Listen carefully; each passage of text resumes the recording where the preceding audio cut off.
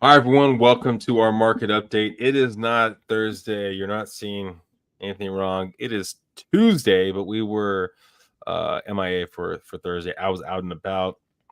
Anyways, welcome to the show. If it's the first time being here, please subscribe, reach out if you have any kind of real estate questions. David, I saw some bad news happening with rates. Ooh, man. What's going on?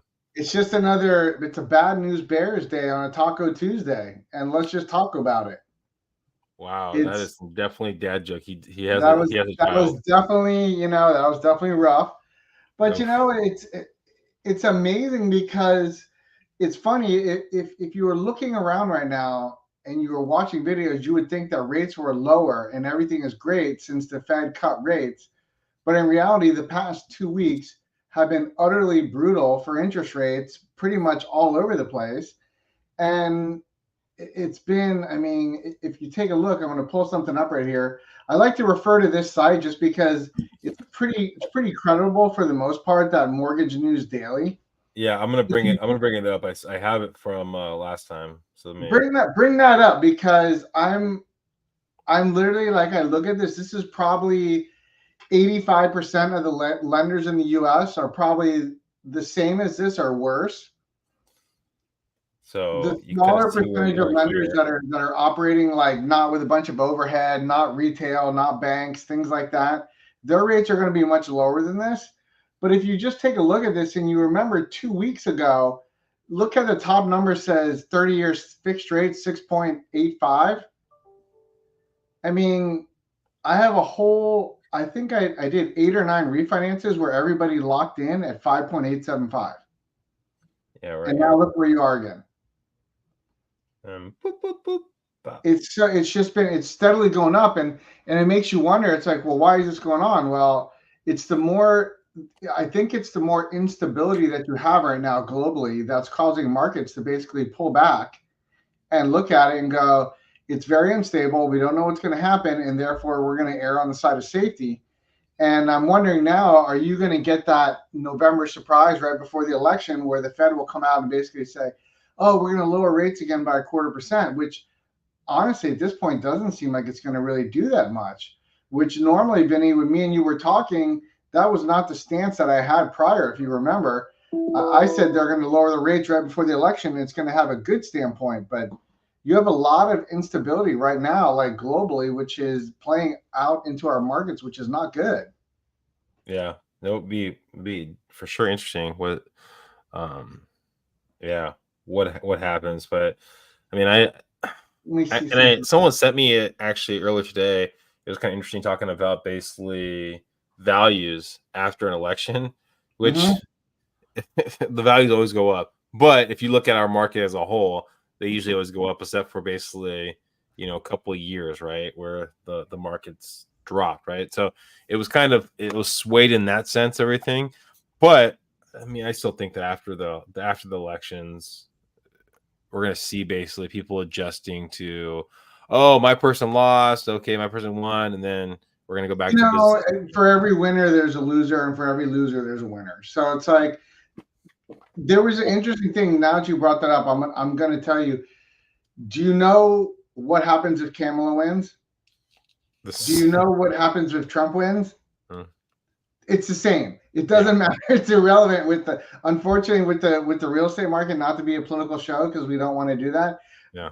But the reality of it is in San Diego, you're still going to have a problem because we have more demand, even though we have more supply. The problem is a lot of people still want to live here. So no matter who wins, the world in San Diego is not going to stop. Yes, there's going to be a lot of opportunities for probably good deals, depending on each side, one or the other. It doesn't matter because one side will be happy, one side, this side.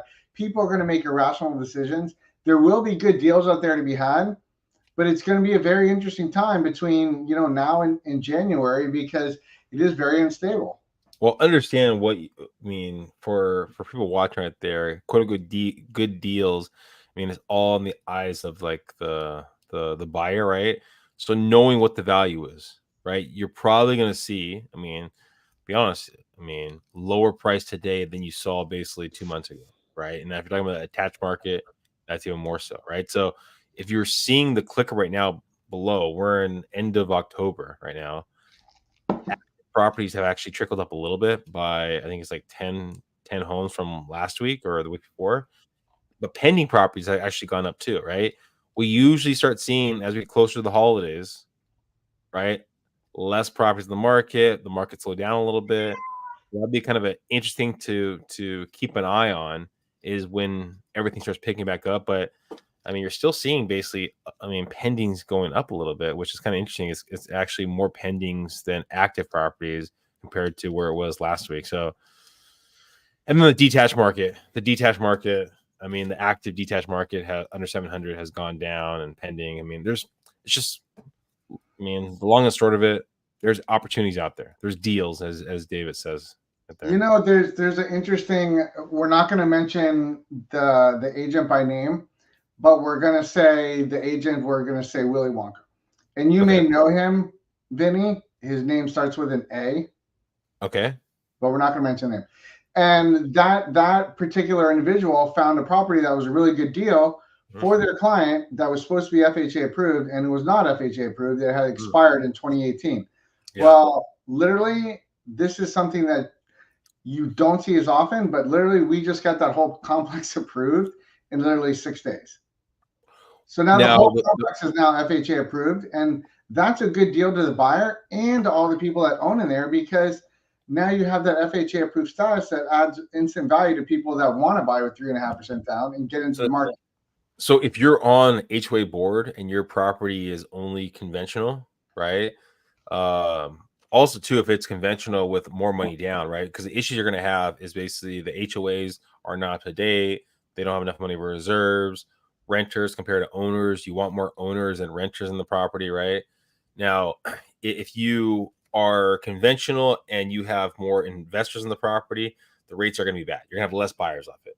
Right now, if you can conventional, right, you're going to have more opportunities for just traditional conventional. Now, if you have FHA and VA, more buyers. So if you're on the HOA board and you're looking to actually sell your property in the next year, 2 years, you really should start putting the numbers together and start getting approved. Get it FHA and VA approved. Yeah, call David. I mean, David's done these before. Even if you're not under contract, he'll do a favor. I mean, it costs a little money, but it'll help you out immensely if you're looking to sell. Or call myself if you need David's number. Either way, right? David, throw your number out there just so we don't. It should be 858-349-7468. But it's a major win for you as a consumer, and it's a major win for you if you own in that area and you actually get that done. Because if you get your complex FHA and VA approved, you have such a larger pool of buyers to buy in your area that increases your value. It's so much better. Like Vinny's totally right. If you're on the board or you live in there, you should be really paying attention to that. And if you're not on the board, you should be paying attention to what the board's doing, where they're spending your money, because you never know what pending assessments could come up if there's not quality, competent people on that board. I thought I'd mention something before we went into it. You had your leading economic indicator report come out again, and it showed that the economy is viewed as slowing another 2.6%. So that's month over month economy slowing, and it's like the more the economy slows, the better interest rates will get, because that's when they really need the rates to be lower. So this sounds terrible, but you actually want the economy to slow down a little bit if you want lower rates. Yeah, I mean, so let's see. I mean, I got the elections coming up fairly soon. We'll see how that kind of plays out, but it's perception because reality. And I think like David people are going to be mad on both sides. It doesn't matter. You know, it's both sides, so it doesn't matter. Well, reach out if you have any questions. The market's a tricky one. It's constantly changing. I had a client that I was on the selling side. I was giving the keys to the buyer's agent so he can give to his clients, and we just closed on a property. And one of the neighbors that I actually door knocked their house. I'm pretty sure I door knocked their house because I door knocked the whole neighborhood. They're like, "Oh, did this property sell? I just saw it." I was like, "Dude, we've been on the market and under escrow for the last like month or so." And he's like, "Oh man, okay." The market's changing. Properties are selling. Talk to a trusted resource to know what's actually going on. Thank you guys. Please subscribe. Please share. Tuesday out. 10.